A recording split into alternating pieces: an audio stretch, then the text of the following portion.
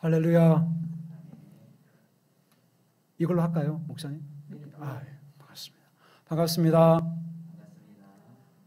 반가우시죠? 예, 안녕하십니까.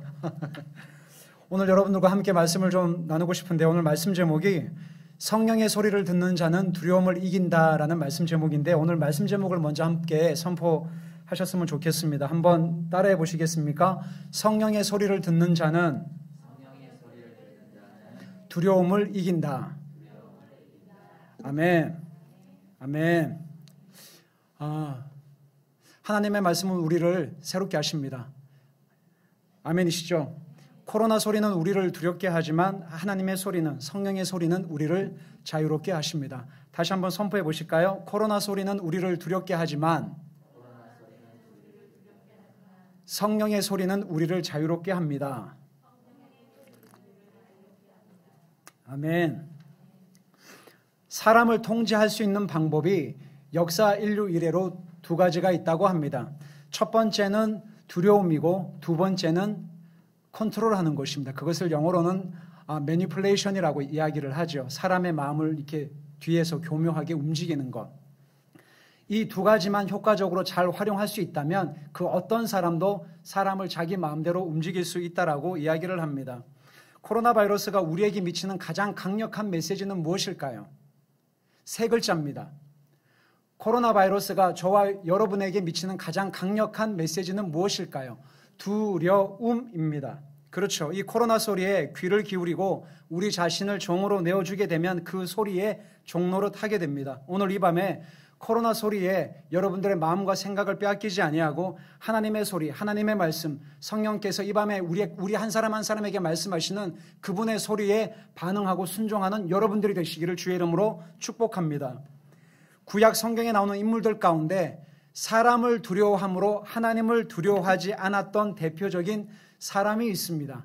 예수 그리스도를 믿는 사람이라면, 물과 성령으로 거듭난 사람이라면 하나님을 두려워함으로 사람을 두려워하지 않고 상황과 환경을 탓하지 않는 사람이 그리스도인이라고 이야기를 하지만, 구약 성경에서 사람을 두려워함으로, 사람을 의식함으로, 사람이 나에 대해서 어떻게 생각하는가에 더 마음을 빼앗김으로 말미암아 하나님을 두려워하지 않았던 대표적인 사람이 있습니다.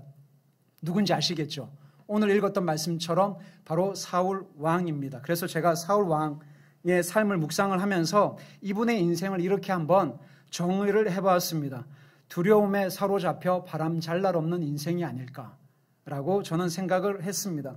그렇지만 참 아이러니하게도 처음부터 사울 왕은 두려움에 사로잡혀 바람 잘 날 없는 인생을 산 사람이 아니었다라는 데 문제가 있습니다.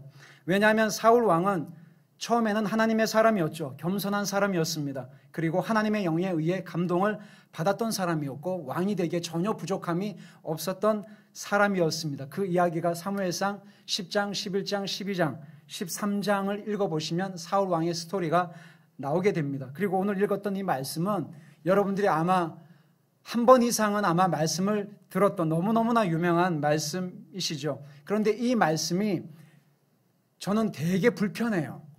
여러분도 불편하시죠? 안 불편하세요?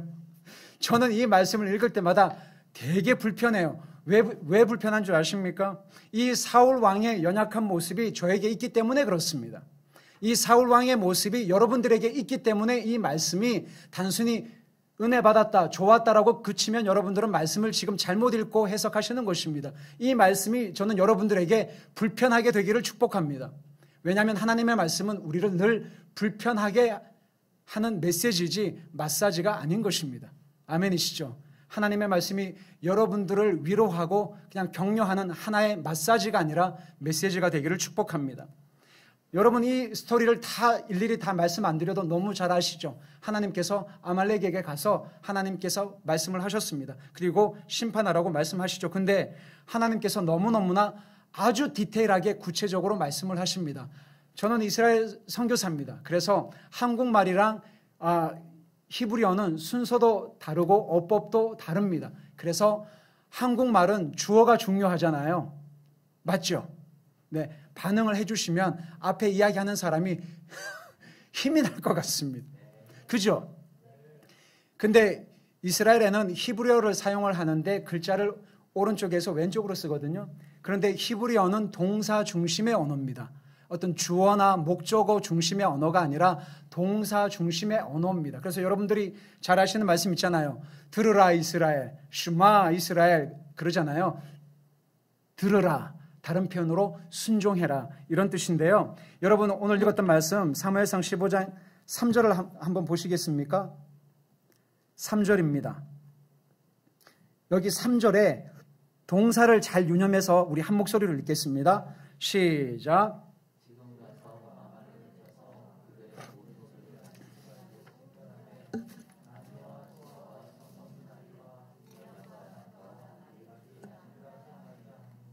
아멘. 가라, 치라, 진멸하라, 죽이라. 그죠? 가라, 치라, 진멸하라, 죽이라. 하나님께서 이렇게 명령하셨죠. 언제, 지금, 누구를, 아말렉 사람을, 어떻게, 무엇을 아주 하나님이 디테일하게 구체적으로 말씀을 하고 있습니다. 그런데 사울 왕이 순종을 하는 것처럼 보여요. 보병 20만 명과 유다 사람 10,000명, 그리고 아말렉 왕 아각을 사로잡죠. 안 죽입니다. 그리고 소와 양의 좋은 것들을 데리고 와서 사무엘에게 이렇게 얘기합니다. 나는 여호와의 명령을 순종했다라고 이렇게 이야기를 합니다. 굉장히 어설픈 변명을 합니다. 사울이 처음 왕으로 선택받았을 때에 여러분 사울 왕의 고백을 한번 들어보십시오.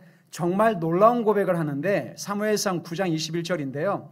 나는 이스라엘의 가장 작은 지파 베냐민 지파 모든 가족 중에 가장 미약한 자입니다. 오늘날로 이렇게 표현할 수 있겠습니다. 저 같은 사람이 어떻게 안수식 때 저 같은 사람이 어떻게 감히 목사가 저 같은 사람이 감히 어떻게 권사가 그 임직식 받을 때 이런 고백을 참 많이 하지요. 사울도 똑같이 이런 고백을 했습니다. 저희 집안은 아무것도 아니에요. 다르게 표현하면 전 아무것도 아닙니다. 저희 집안 아무것도 아닙니다. 보잘것 없습니다라고 사울 왕이 굉장히 겸손하게 이야기를 했습니다. 10장 22절에도 사울 왕이 어디 있느냐 그러니까 짐 보따리들 사이에 숨었나이다. 왜 숨었는지는 성경에서 말씀하고 있지 않습니다. 겸손해서 숨었는지 두려워서 숨었는지 나 같은 사람이 무슨 왕이 돼라고 해서 그렇게 숨었는지는 나와 있지 않지만 짐 보따리들 사이에 숨었던 사울은 나중에 2년 뒤에 자신을 높여서 갈멜에서 자기를 위한 기념비를 쌓는 오류를 범하죠. 처음부터 안 그랬어요. 이게 문제입니다. 그리고 10장 27절에 보시면 왕으로 부르심을 받고 난 다음에 어떤 불량배가 이르되 이 사람이 어떻게 우리를 구원하겠느냐 하고 멸시하며 예물을 바치지 아니하였다라고 합니다. 여러분들이 사울 왕이었으면 이 사람들 어떻게 하고 싶으세요? 그냥 단순히 이렇게 꿀밤 주고 싶으세요? 저라면 죽였을 것 같은데요. 할렐루야. 마음에 안 들잖아요. 권사님 그죠? 마음에 안 들잖아요. 나 왕인데 나 왕으로 부르심을 받았는데 나를 존중하지도 않고 인정하지도 않고 예물을 안 바치고 어떤 불량배들이 그렇게 호도하고 있으면 여러분들이 왕이에요. 그럼 어떻게 하시겠어요? 마음에 안 드는 사람이에요. 죽여라. 내가 왕인데 나를 지금 깔보고 있네. 그렇게 할 수 있잖아요. 근데 놀랍게도 사울이 잠잠하였더라. 성경은 그렇게 이야기합니다. 왜?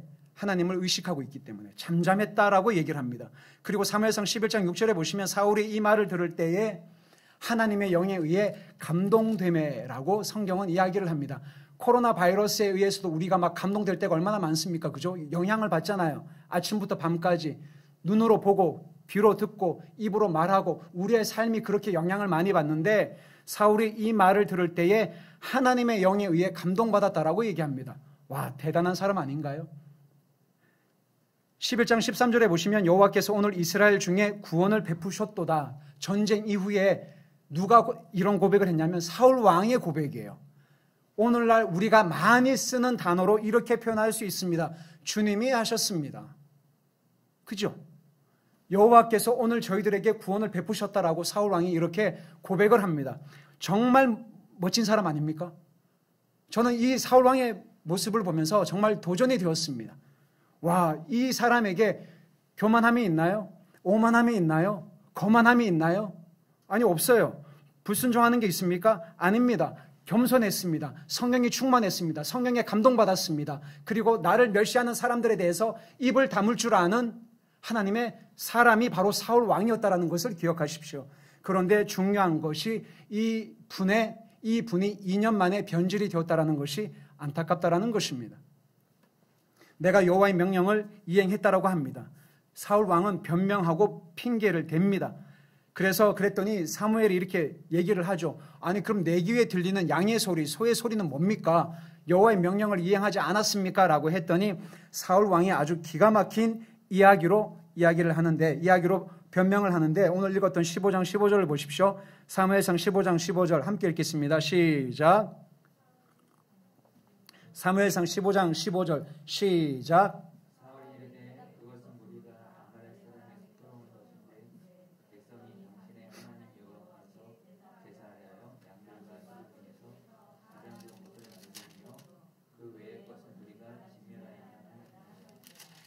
아멘. 누구 탓을 하죠? 한번 말씀해 보십시오. 네. 첫 번째, 무리 탓. 두 번째는요, 그 이후에 말씀을 한번 보십시오. 또, 누구요? 첫 번째는 무리 탓. 무리가 아말렉에서 끌어온 것입니다. 그 다음에는요, 백성이 백성 탓. 또 누구 탓요? 네? 하나님 탓요? 누구 하나님요? 여기서 당신은 누굽니까? 사무엘. 와, 3쿠션을 했네요. 잘 보십시오. 저는 이렇게 안 하려고 했는데 아말렉에서 끌어온 거는 내가 아니고 누구요? 무리. 그 다음에 두 번째, 백성이 당신의 하나님 여호와께 제사하기 위해 가져온 곳입니다. 말씀 보이세요? 누구 탓? 첫 번째 백성, 두 번째 당신의 하나님. 여기서 당신은 사무엘의 하나님을 얘기하죠. 두 번째 누구요? 사무엘. 세 번째는 누구요? 하나님. 저는 안 하려고 했는데 사실은 백성이 당신의 하나님께 제사하기 위해서 갖고 온 거예요. 그러니까 저는 여호와의 명령을 이행한 거예요. 3쿠션 변명 보이시죠? 백성, 두 번째 사무엘, 세 번째 하나님. 여러분 이 말씀을 보시면 창세기 3장에 아담과 하와의 변명과 오버랩이 되죠. 아담아, 네가 왜 내가 명하지 아니한 것을 먹었느냐라고 하니까 아담이 뭐라고 이야기를 하죠? 창세기 3장 12절에 보시면 당신이 내게 준 그 여자가 이 열매를 먹음으로 제가 먹었습니다. 마치 여자에게 핑계를 대는 것 같은데 궁극적으로는 누구 탓을 하고 있죠? 당신이 보내준 이 여자가 나에게 준 거니까 내 책임이 아니라 누구 책임요? 하나님 책임. 여자 탓을 하는 것 같지만 실질적으로는 그 여자를 준 누구 탓을 하고 있죠? 하나님 탓. 그랬더니 하나님이 하와에게 묻잖아요. 하와야, 너가 왜 이거를 했냐라고 하니까 하와가 뭐라고 얘기하죠? 여러분 다 아시잖아요. 왜 그러세요?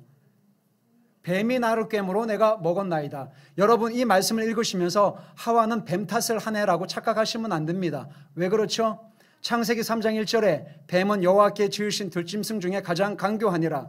뱀이 나를 꿰므로 내가 먹었습니다라고 해서 마치 뱀 탓을 하는 것 같지만 뱀은 누가 지었죠? 하나님. 아멘. 뱀 탓을 하는 것 같지만 그것을 통해서 누구를 지금 비난하고 있죠? 하나님. 이게 정말 무서운 것입니다. 계속적으로 백성 탓, 사무엘 탓, 하나님 탓, 아담과 하와도 뱀 탓, 하나님 탓, 여자 탓을 하고 있는 것이 지금도 계속적으로 반복되고 있는 게 안 보이십니까?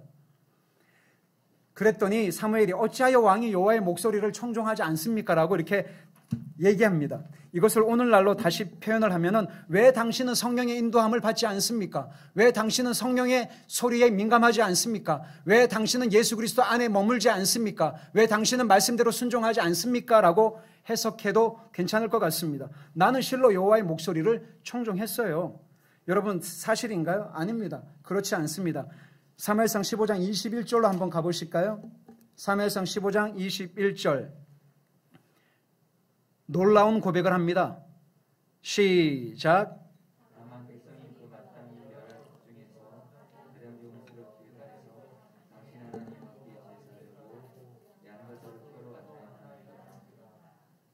할렐루야.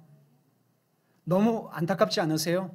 자, 똑같은 패턴이 지금 또 반복되고 있죠. 첫 번째는 누구 탓요?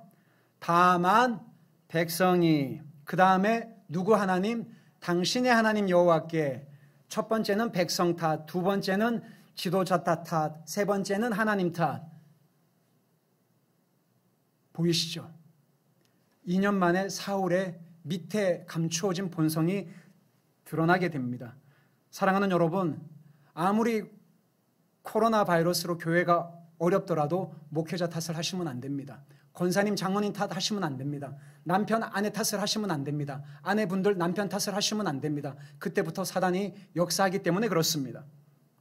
사울 왕은 백성들 때문에 이 짐승들을 가지고 왔다라고 합니다. 그리고 나는 정말 하나님께 제사하기 위해서 했다라고 합니다. 하나님의 말씀과는 전혀 자기 생각대로 그렇게 반응을 했습니다. 왜 사울 왕의 시작은 성령으로 했는데 왜 육체로 끝마칠까요? 육체로 마치고 있는 이 모습이 정말 저희들의 마음을 안타깝게 하고 있다라는 생각이 안 드십니까? 이러한 사역자들의 이야기가 어제 오늘의 이야기가 아니라는 거 아시죠? 그래서 저 같은 경우에 예전에는 참 이렇게 어리석고 교만했을 때는 이런 고백을 참 많이 했습니다. 하나님, 정말 사역 크게 하고 싶습니다. 인정받고 싶습니다. 정말 사람들에게 인기 얻고 싶습니다. 막 그런 고백을 아마 사역자분들이라면 한두 번 정도는 했을 것 같아요. 근데 내가 나의 영광을 짓밟았다라고 하는 그 책을 내고 난 이후에 CBS 새롭게 하소서에 가서 그 인터뷰를 하고 난 이후에 그렇게 하기까지 하나님이 저를 다루셨던 가장 중요한 것은 뭐냐면 사역의 사이즈, 성도들의 모이는 숫자, 그것보다 더 중요한 것은 제가 그리스도 안에 있는 것, 하나님과 친밀한 교제를 하고 있는 것, 하나님의 음성을 듣지 않고 사역하다가는 지옥에 갈 수 있다는 것을 하나님이 말씀하셨기 때문에 그렇습니다. 그래서 사랑하는 여러분, 교회 사이즈 비교하지 마십시오. 성도들의 숫자 신경 쓰지 마세요. 그게 정말 중요하지 않다라는 것을 아셨으면 좋겠습니다. 사울 왕은 이 모든 것에 대한 책임을 상황 탓, 환경 탓, 그리고 백성 탓, 사무엘 탓, 그리고 하나님 탓으로 돌리고 있습니다. 끊임없이 변명하고 핑계대요. 끊임없이 변명하고 핑계대요. 이게 아닌데 안 그런가요? 사울 왕이 처음부터 이랬던 사람이 아닌 거 아시죠? 성령의 사람, 하나님의 영에 의해서 감동받았고, 그죠? 나를 멸시하는 사람들에 대해서 잠잠했던 사람이 바로 사울 왕이었습니다. 그러면서 결국은 사울 왕은 내 밑바닥에 무엇을 가장 가지고 있는지 자신의 어둠의 실체를 드디어 고백하게 되는데 그것이 바로 두려움이었다라는 것을 이야기를 하는데 사무엘상 15장 24절을 한번 가보시겠습니까? 사무엘상 15장 24절 함께 읽겠습니다.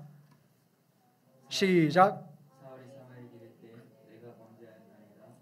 내가 여호와의 명령과 당신의 말씀을 어긴 것은 내가 백성을 두려워하여 그들의 말을 찬송하였음이니이다. 사울이 사무엘에게 이르되 내가 범죄하였나이다. 내가 여호와의 명령과 당신의 말씀을 어긴 것은 백성 탓, 무리 탓, 상황 탓, 사무엘 탓, 당신의 하나님 탓이라고 했던 사울이 드디어 자신의 밑바닥을 드러내면서 하는 말이 내가 백성을 두려워하여, 다르게 표현하면 사람을 두려워하여, 그리고 다르게 표현하면 상황과 환경에 매여 이렇게 판단을 했다라는 것입니다. 그들의 말을 청종했다라고 합니다. 사랑하는 여러분, 코로나 바이러스에 감염이 되면 죽을 것 같아서 그런 얘기를 들으면서 이 한국에 있는 동안 하나님이 불러주시는 교회를 방문하면서 회개의 메시지를 외쳤습니다. 그러면서 꼭 빠지지 않고 이야기했던 것은 우리가 하나님을 코로나 바이러스만큼 두려워했다면 한국 교회가 이 정도까지는 안 무너졌습니다라는 얘기를 참 많이 했습니다. 그죠? 코로나 바이러스만큼이나 우리는 하나님을 두려워하지 않는다라는 것이 저와 여러분들이 직면하고 있는 정말 안타까운 현실인 것을 여러분 주목하셔야 됩니다. 아멘이세요? 불편하시죠? 저도 불편합니다. 마스크를 왜 쓰죠? 감염이 안 되려고. 우리가 했던 수많은 말들 중에 하나님의 영광을 짓밟고 하나님이 아닌 것들로 우리의 입술을 함부로 놀렸던 것들이 얼마나 많았으면 하나님이 온 세상의 사람들의 입을 이렇게 가리우실까? 저는 그런 생각을 했습니다. 아담이 여호와의 음성을 듣고 두려워해서 첫 번째 반응, 숨었습니다. 아브라함이 자신의 아내로 인해서 내가 죽을 것 같은 두려움 때문에 거짓말을 했지요. 야곱이 자기 형 에서가 400명을 데리고 온다는 그 말에 두려워해서 예물을 보내죠. 그리고 자기가 가장 사랑하는 아들 요셉과 베냐민을 맨 나중에 하잖아요. 꼼수의 처세예요. 야곱은 정말 대단한 사람입니다. 그 상황에서도 머리를 굴려서 어떻게 하면 내가 안 죽고 어떻게 하면 내 가족을 보호하고 첩의 자식들은 다 죽어도 괜찮아. 가장 먼저 보내잖아요. 아시죠? 1번 딱 보내고 그 다음에 상거를 두고 거리를 두고 그 다음 2번 그 다음에 세 번째 나는 레아 싫어. 라헬을 좋아했으니까 레아 보내고 맨 끝에 누구죠? 라헬과 요셉과 베냐민. 그렇게 해서 예물을 받고 자기 형의 마음이 풀어지면 얘네들은 아마 살 수 있을 거야. 잔머리의 꼼수예요. 잔머리의 대가입니다. 죄송합니다. 이런 표현을 해서 정말 꼼수의 대가입니다. 정말 그 극박한 상황에서도 이 상황을 돌파하려고 하는 이 야곱의 이 아주 그 놀라운 그런 상황 판단력은 대단한 것 같아요. 결국은 그래서 자기 형과 가지 않음으로 인해서 자기 딸이 세겜에서 강간을 당하죠. 상황과 환경을 두려워하면 반드시 그 소리에 사람들은 반응하게 되어 있습니다. 모세가 애굽 사람을 돌로 쳐서 죽여서 모래 속에 감추잖아요. 그래서 참으로 놀라운 사실은 지금까지도 거짓말과 두려움은 여러분들의 삶을 컨트롤하고 있는 가장 무서운 무기라는 것을 기억하시기를 바라요. 이러한 내로남불의 인생을 사울이 살다가 2년 끝에 가서 결국은 자아 숭배로 마무리를 합니다. 사울 왕이 자신의 죄를 고백을 하지만 결국 사무엘에게 무슨 얘기를 하냐면 내 백성의 장로들 앞과 이스라엘 앞에서 나를 높여달라 그래요. 나를 높여달라고 얘기를 합니다. 그리고 나와 함께 당신 하나님께 같이 경배합시다라고 이야기를 합니다. 그리고 자기를 위해서 기념비를 쌓게 되고 자신의 잘못을 타인 탓으로 돌리는 이 사람은 결국에는 나 자신을 높여달라라는 것으로 인생을 마감하게 됩니다. 사랑하는 여러분, 많은 사역자들이 이러한 잘못된 전철을 가고 있다라는 거 굳이 제 입으로 얘기 안 해도 잘 아시죠? 저도 알고 있습니다. 사역을 크게 하면 할수록 그런 위험 요소들이 많음에도 불구하고 많은 사역자들이 그런 사역에 대한 환상, 그렇게 살고 싶은 그 욕심이 앞섬으로 말미암아 정말 주님을 위해서 살겠다라고 많은 사람들이 헌신하고 다짐하고 위임받고 다 처음엔 다 그렇게 순수하게 사역을 시작해요. 근데 제가 알고 있는 사역자들만 하더라도 수많은 문제 가운데 인생을 끝마치시는 사역자들의 이야기를 처음 듣는 게 아니고 지금도 계속 듣고 있다라는 것입니다. 왜 그럴까요? 하나님을 위해서요. 천만의 말씀, 거짓말하지 마세요. 하나님을 위한 사역이 아닌 것입니다. 누구를 위한 사역? 나를 위한 사역. 다 아니라고 얘기해요. 처음에는. 그런데 결국은 나를 위한 사역. 나의 종교심, 나의 열심, 내가 주님을 위해서. 아니에요. 그렇지가 않습니다. 처음에는 겸손했는데 나중에는 교만해져서 하나님께 버림을 받는 사역자가 될 수 있을까요? 없을까요? 한번 말씀해 보십시오. 있을까요? 없을까요? 있습니다. 하나님께 버림받을 수가 있습니다. 처음에는 주 앞에 엎드렸는데 나중에는 주님을 밟고 나 자신을 위해서 사는 사역자가 될 수 있을까요? 없을까요? 있습니다. 제가 그랬기 때문에 그렇습니다. 오죽했으면 책 제목이 너가 나의 영광을 짓밟았다라는 그런 책이 나오겠습니까? 이스라엘 선교사로 사역을 할 때 누가 저를 감시하는 사람이 있었습니까? 저의 개인 생활을 확인하는 사람이 있었을까요? 아니요, 없었어요. 저의 삶을 가장 잘 아는 사람은 저의 아이들과 저의 아내였습니다. 근데 많은 사역자들은 자신이 가정 안에서 아내하고의 관계, 자녀들과의 관계를 솔직하게 이야기를 잘 안 하죠. 그래서 사역자들의 가정들이 골마 터지고 우울증에 조울증에 자살 충동에 그렇게 무너지고 있는 가정들이 한두 가정이 아니라는 거 알고 계십니까? 그래서 제가 예전에 이 교회에 와서 설교를 할 때에 선교사님들 초청해서 말씀 들을 때에 꼭 물으십시오. 사역 보고 같은 거 1절 받지 마시고 이거 꼭 물어달라고 제가 여러분들에게 부탁한 게 있었습니다. 뭔지 기억하세요? 선교사님, 지금 하나님과의 관계가 어떠십니까? 아멘이세요? 이것보다 더 중요한 사역이 있으면 저한테 한번 말씀해 보십시오. 선교사님, 집사님, 권사님, 지금 하나님과의 관계가 어떻습니까? 지금 하나님께서 뭐라고 말씀하십니까? 지금 현재 나와 하나님과의 관계가 어떤지를 무너뜨리고 사역하는 수많은 사역자들의 끝자락에는 반드시 문제가 생깁니다. 골마 터진다고요. 그런 얘기를 지금도 듣는다고요. 선교사 자녀들이 아프고 힘들어하고 하는 경우들이 많단 말입니다. 처음에는 하나님의 영에 의해서 압도가 되고 통제를 받았는데 나중에는 성령을 내 마음대로 부리는 주술적인 종교인 사울 왕이 했던 것처럼 그렇게 전락할 수 있습니다. 성령님을 오라가라 자기 마음대로 자기가 원하는 대로 그렇게 할 수 있단 말입니다. 지금도 한국교회에서 하고 계시잖아요. 처음에는 사람을 섬기는 리더십으로 살았는데 나중에는 사람을 조종하는 폭군이 될 수 있습니다. 처음에는 하나님의 뜻과 음성을 구하는 일이 우선이었는데 나중에는 나의 경험과 처세술을 더 의지하는 오류를 저도 범할 수 있어요. 저의 아들 얘기를 아까 했지만 정말 뜻밖이었습니다.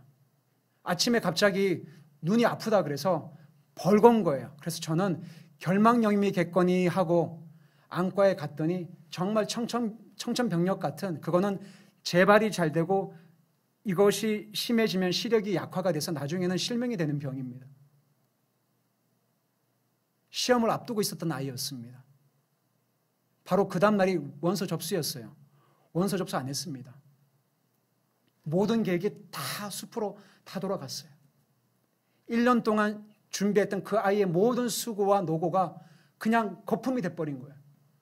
얼마나 억울하겠습니까? 얼마나 답답하겠습니까? 울면서 하는 얘기가 그 얘기예요. 왜 하나님은 나에게, 왜 하나님은 나에게? 마음이 아프잖아요. 그게 자가 면역 질환인데 저도 자가 면역 질환이 있었기 때문에 제가 너무너무나 고통스러웠던 것입니다. 머리카락을 제가 쥐어뜯고 있더라고요. 너무 고통스러우니까 구약 성경에 보면 너무 아프면 이게 옷을 찢는다 그러죠. 정말 조금 이해를 했습니다. 기도하는데 너무 비참하고 비통하고 아프니까 제가 기도를 하고 있는데 제가 제 이 얼굴을 핥히고 있더라고요. 너무 고통스러우니까 제 눈을 빼가지고 그 아이에게 심어주고 싶은 생각에 제가 제 머리털을 쥐어뜯고 있더라고요. 통곡을 하면서. 너무 고통스러워서.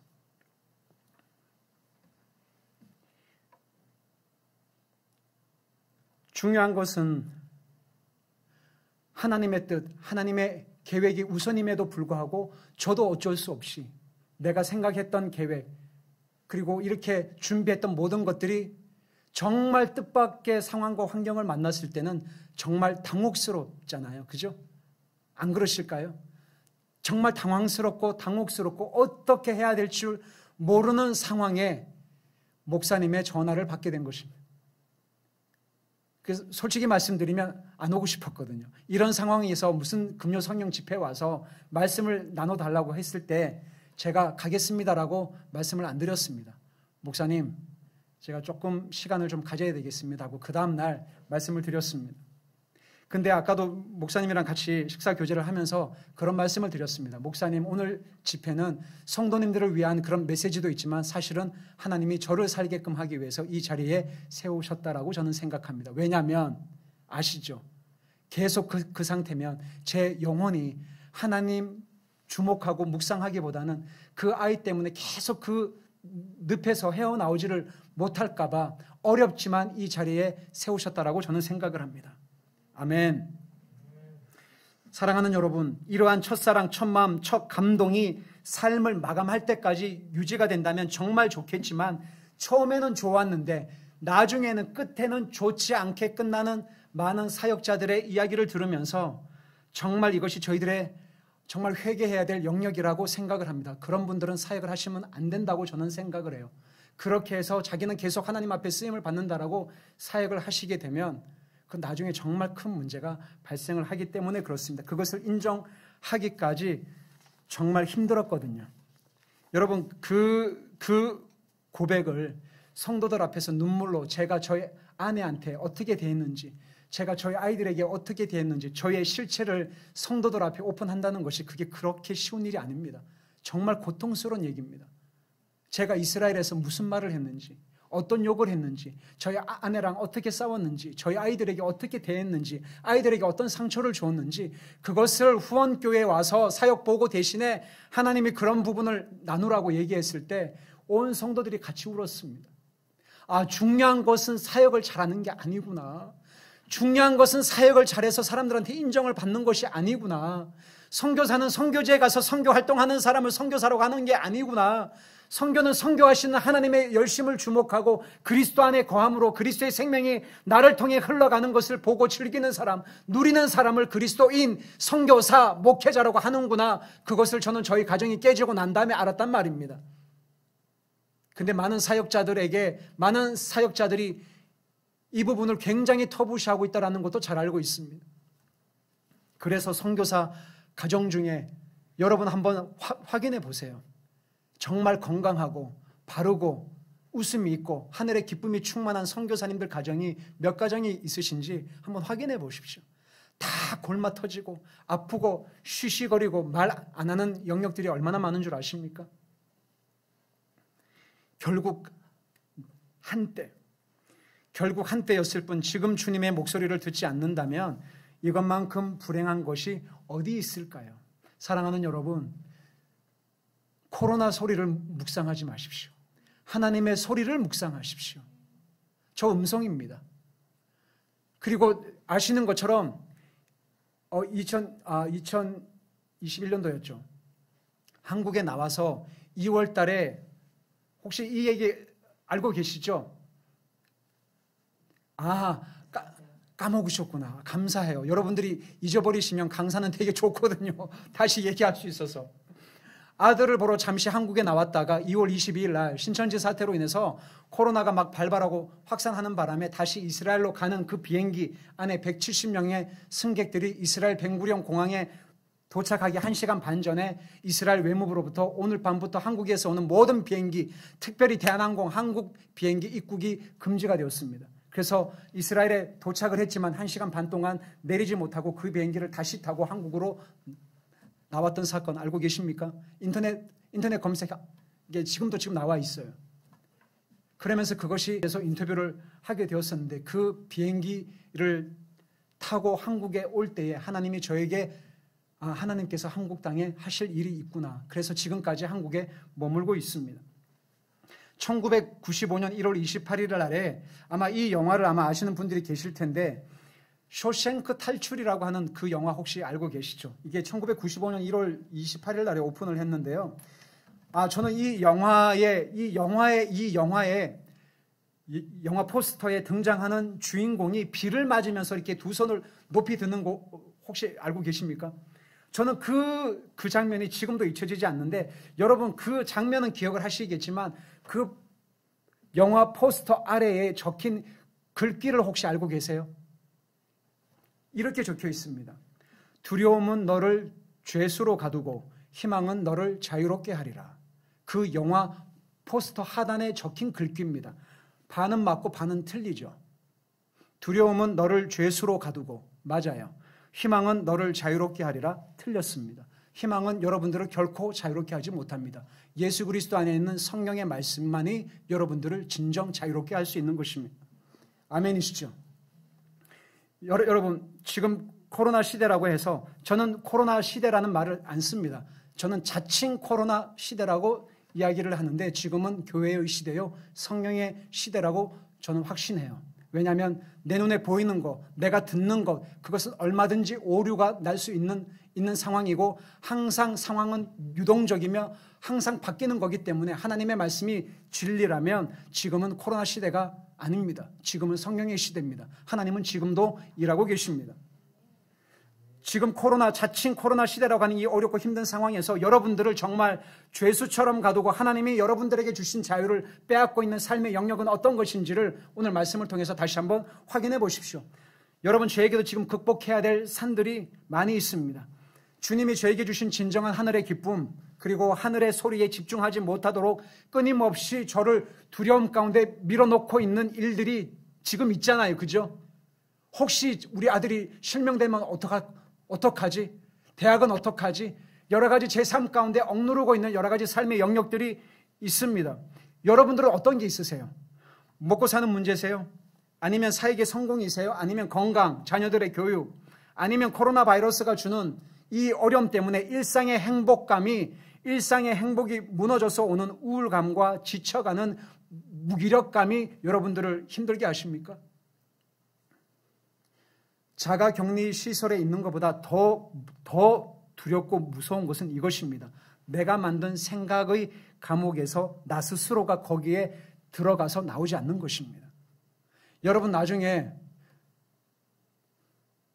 코로나 바이러스가 다 없어지고 대면 예배가 활성화가 딱 되었을 때에 얼마나 많은 성도들이 다시 포도나무 교회에 나와서 예배를 할까, 그런 걱정 아닌 걱정을 할 때가 있습니다. 왜냐하면 온라인이 너무 편하니까. 정말 편하더라고요.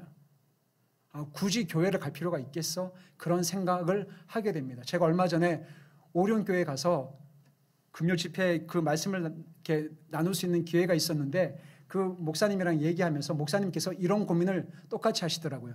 선교사님, 지금 저에게 한 가지 고민이 있습니다. 뭡니까?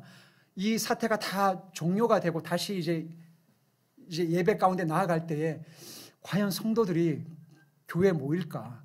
온라인 예배, 줌 예배가 너무너무 활성화되고 이게 너무너무나 익숙해졌기 때문에 다시 이렇게 소그룹과 구역 모임들을 다시 올바르게 할 수 있을까에 대한 고민과 걱정을 하게 됩니다라는 말씀을 들은 적이 있습니다.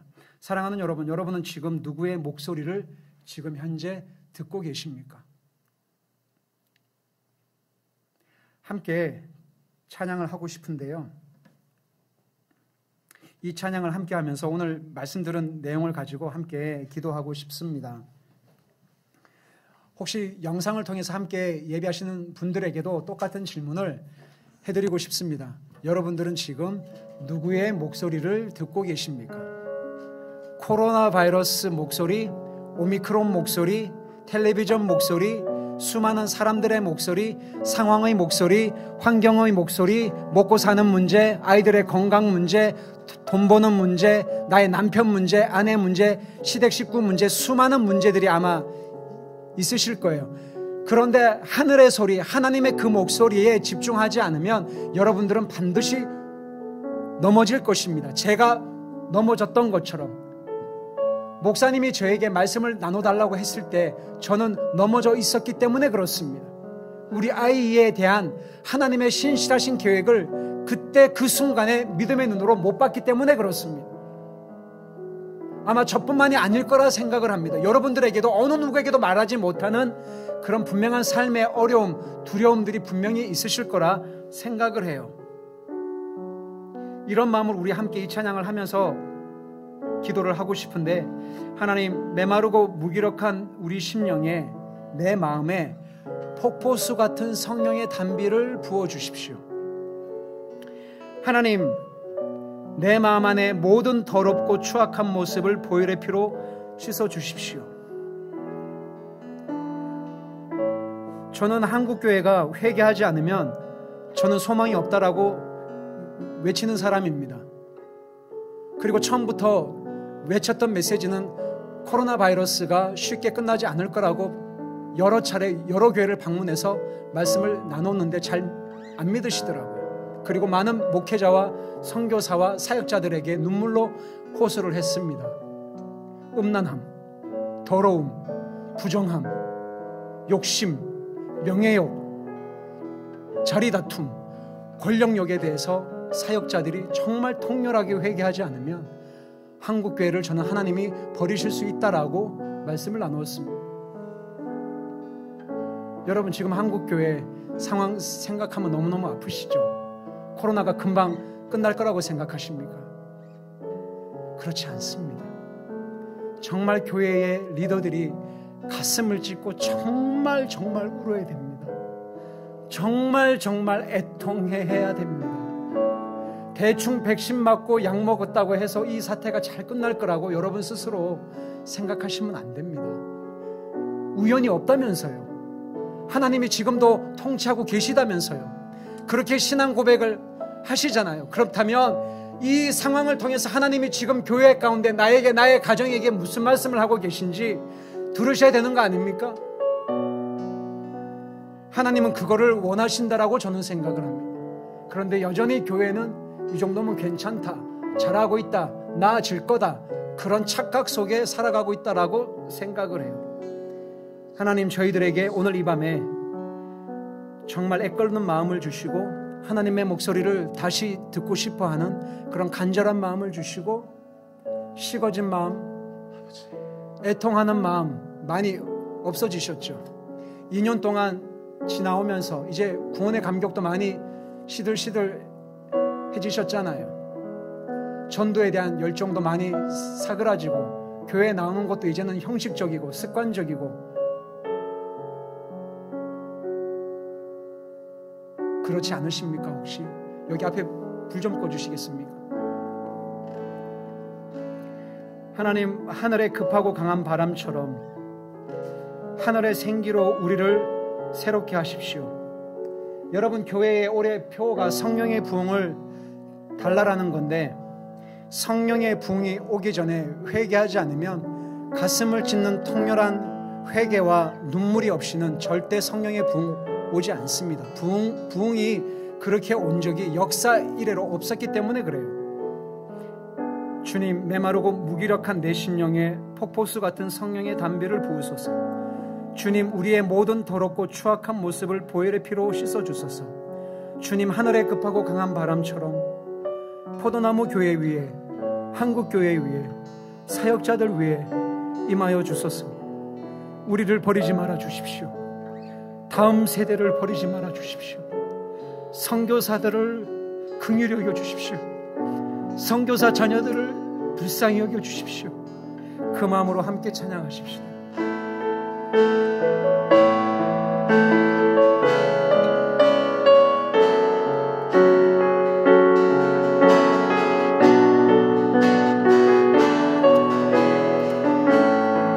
주의 도를 버리고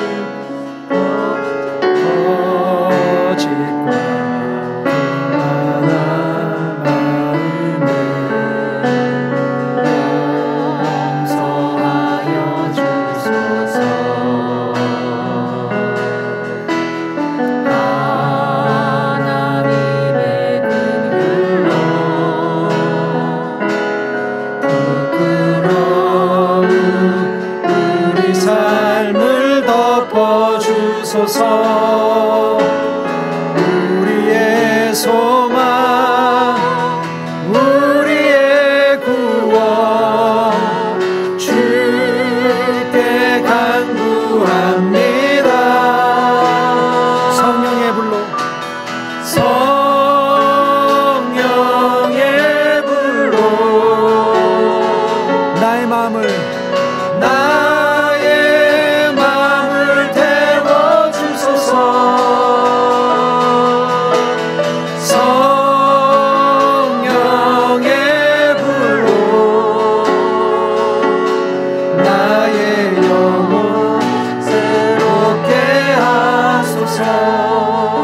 심한 고난을 받아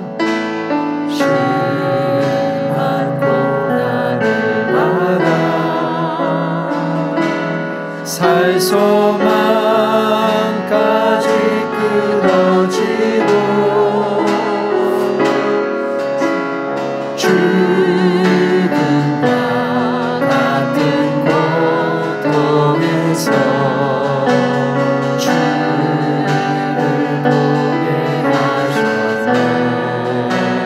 용서받을 수 없는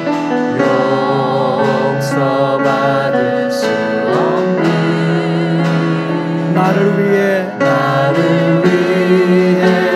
십자가에 달리셨으니 주 사랑에서 그 어느 누구도 끊을 수는 없으니 우리 주님 앞에 앞에 두 손 높이 드십시다. 성령의 불로, 성령의 불로 나의 마음을 태워주소서. 성령의 불로 나의 영혼 새롭게 하소서. 성령의 불로, 성령의 불로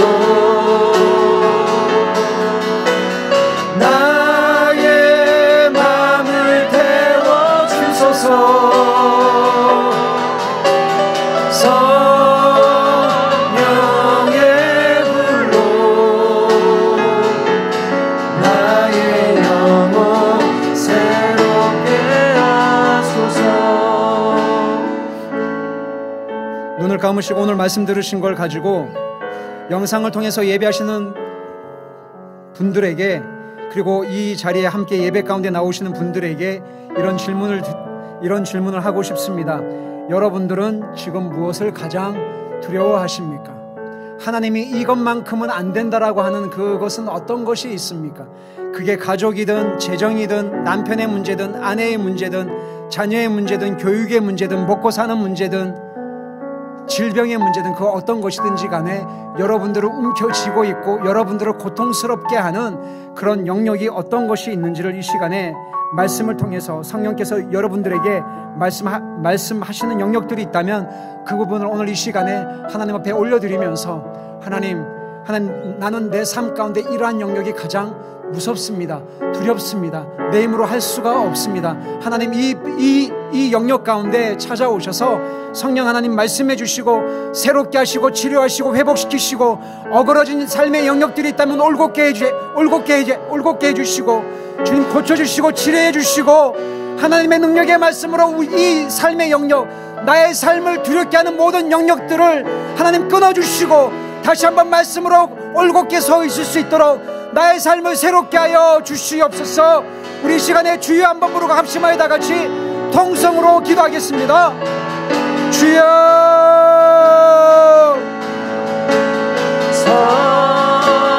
성령의 불로 살아계신 하나님 아버지, 내 삶 가운데 하나님 이런 질병에 대한 아픔에 대한 아버지 고통스러운 삶의 영역이 있습니다. 하나님 이러한 부분들을 치료하여 주시고 회복시켜 주시고 고쳐 주시고 하나님 모든 삶의 영역을 풀어주시고 자유케 하여 주시옵소서.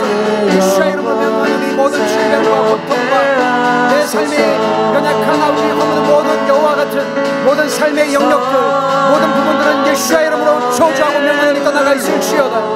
모든 어그러진 삶의 영역들은 올곧게 정렬이 될지어다. 하나님의 말씀으로 새로워져 주시오. 하나님 우리가 믿음으로 선포합니다. 하나님 우리가 건강하기를 원하십니다. 강건하기를 원하십니다. 새롭게 하기를 원하십니다. 행복한 삶을 살아가기를 원하십니다.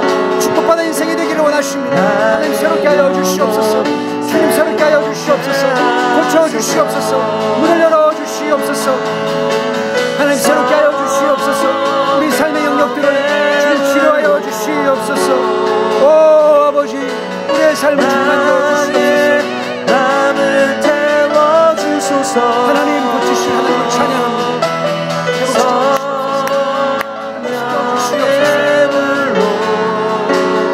새롭게 하여 주시옵소서. 새롭게 하여 주시옵소서. 아까 말씀을 준비하면서 이런 기도를 같이 하고 싶은 마음이 생겼습니다. 물론 저희 아들 때문에 이런 마음이 생길 수도 있지만 베드로전서 2장 24절에 보면 친히 나무에 달려 그 몸으로 우리의 죄를 담당하셨으니 이는 우리로 죄에 대하여 죽고 의에 대하여 살게 하려 하심이라. 그가 채찍에 맞음으로 너희는 나음을 얻었나니. 그가 채찍에 맞음으로 너희가 나음을 얻었나니. 이 시간에 저는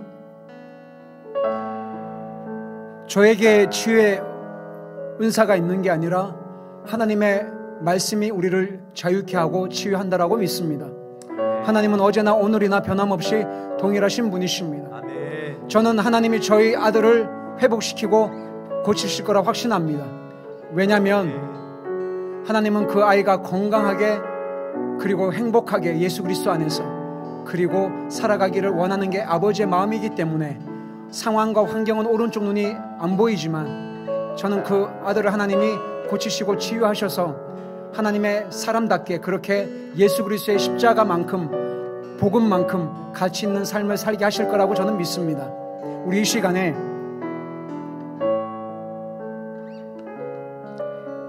아프신 분들을 위해서 기도하고 싶습니다. 여러분 아프신 영역이 있다면 손을 내미시고 여러분 부위에 손을 대시고 목사님 가정을 위해서 기도해 주시고 여러분들이 알고 계시는 선교사님 아프신 분들이 있다면 기도해 주시고 그래서 저는 오늘 이 밤에 하나님이 치유하십니다. 하나님이 고치십니다.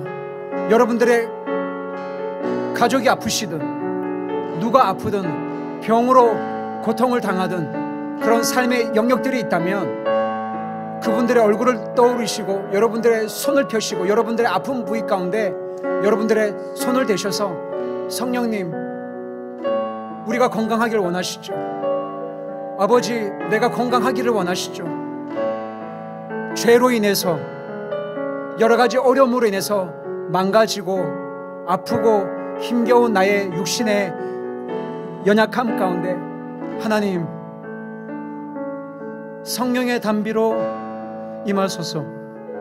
예수 그리스도의 보혈의 피로 머리끝부터 발끝까지 모든 심장과 근육과 세포와 조직과 인대와 마디마디마다 모든 혈액마다 모든 우울증과 조울증과 모든 심장과 모든 혈관계통의 모든 아픈 질병들이 예수 그리스도의 피 묻은 손으로 치유되어지고 하나님 이 밤에 안수해 주셔서 연약해진 모든 아버지 우리 성도들의 삶의 영역들이 회복이 되어지고 치유가 되어지고 고쳐지고 낫게 하여 주시고 예수 그리스도의 그 이름 앞에 이 교회가 다시 한번 올바르게 설 수 있도록 하나님 역사하여 주시옵소서.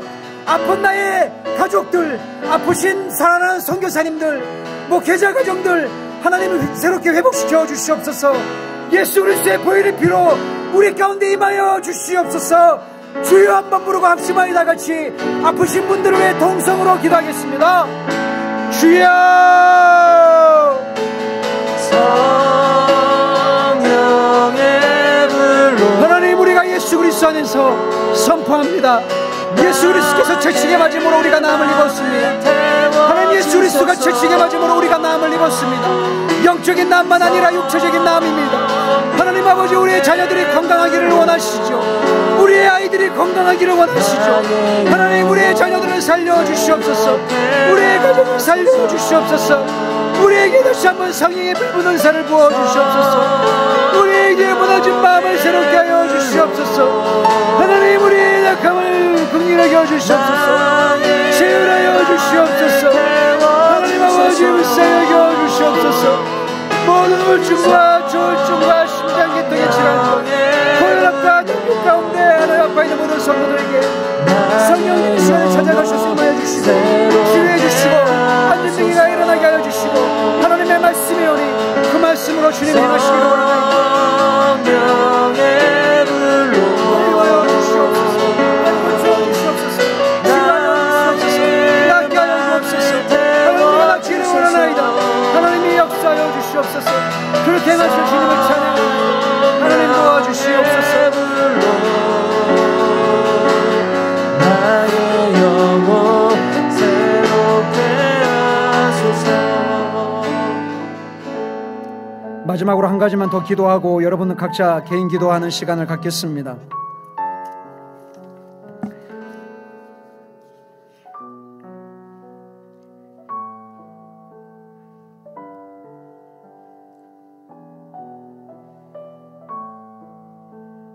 한국교회를 위해서 기도해 주십시오. 목회자, 선교사, 중직자들 안에 이권 다툼, 자리 싸움, 권력욕, 명예욕, 돈, 여자 문제, 수많은 그런 음란함 가운데 있는 사역자들이 회개하고 돌이키게 하여 주시옵소서. 하나님 한국교회 버리지 말아 주십시오. 다음 세대, 무너져가는 다음 세대 긍휼히 여겨 주십시오. 유치부, 유년부, 초등부, 중고등부, 대학, 청년부, 얼마나 많은 교회가 무너진 다음 세대 때문에 마음 아파하는지 모릅니다. 하나님 다음 세대를 살려주십시오. 그루터기 같은 다음 세대를 살려주십시오. 우리가 죄를 지었나이다. 우리가 죄를 지었나이다. 우리가 죄를 지었나이다. 우리 사역자들이 죄를 지었나이다. 교회의 중직자들이 범죄하였나이다. 하나님을 팔아먹고 하나님을 이용하고 하나님의 영광을 짓밟고 하나님 아닌 나의 영광을 위해서 살았던 모든 더럽고 추악한 것들을 가슴을 찢는 회개가 한국 교회 안에 일어나게 하여 주시옵소서. 포도나무 교회 안에 회개의 눈물이 일어나게 하여 주시옵소서. 하나님 우리를 살려주십시오. 우리를 긍휼히 여겨 주시옵소서.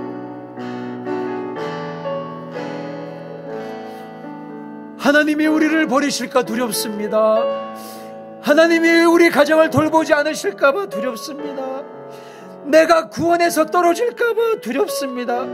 하나님을 정말 두려워하는 한국교회, 하나님을 정말 두려워하는 아버지 다음 세대가 되게 하여 주시고, 하나님 아버지 무너져가는 이 한국교회의 다음 세대를 일으켜 주시고, 사랑하는 선교사님들 자녀들 붙들어 주시고, 열방에서 사역하시는 선교사님들이 사역의 노예가 되지 아니하고 말씀의 노예가 되게 하여 주시옵소서. 사역 보고에 신경 쓰지 않고 예수 그리스도 안에 날마다 머무는 친밀함에 목숨을 걸게 하여 주시옵소서. 하나님 아버지, 주님 저희들을 살려 주시옵소서. 우리 한국교회와 다음 세대와 사랑하는 선교사님들과 선교사님들 가정을 위해서 우리 마지막으로 통성으로 기도하고 각자 개인 기도하시겠습니다. 주여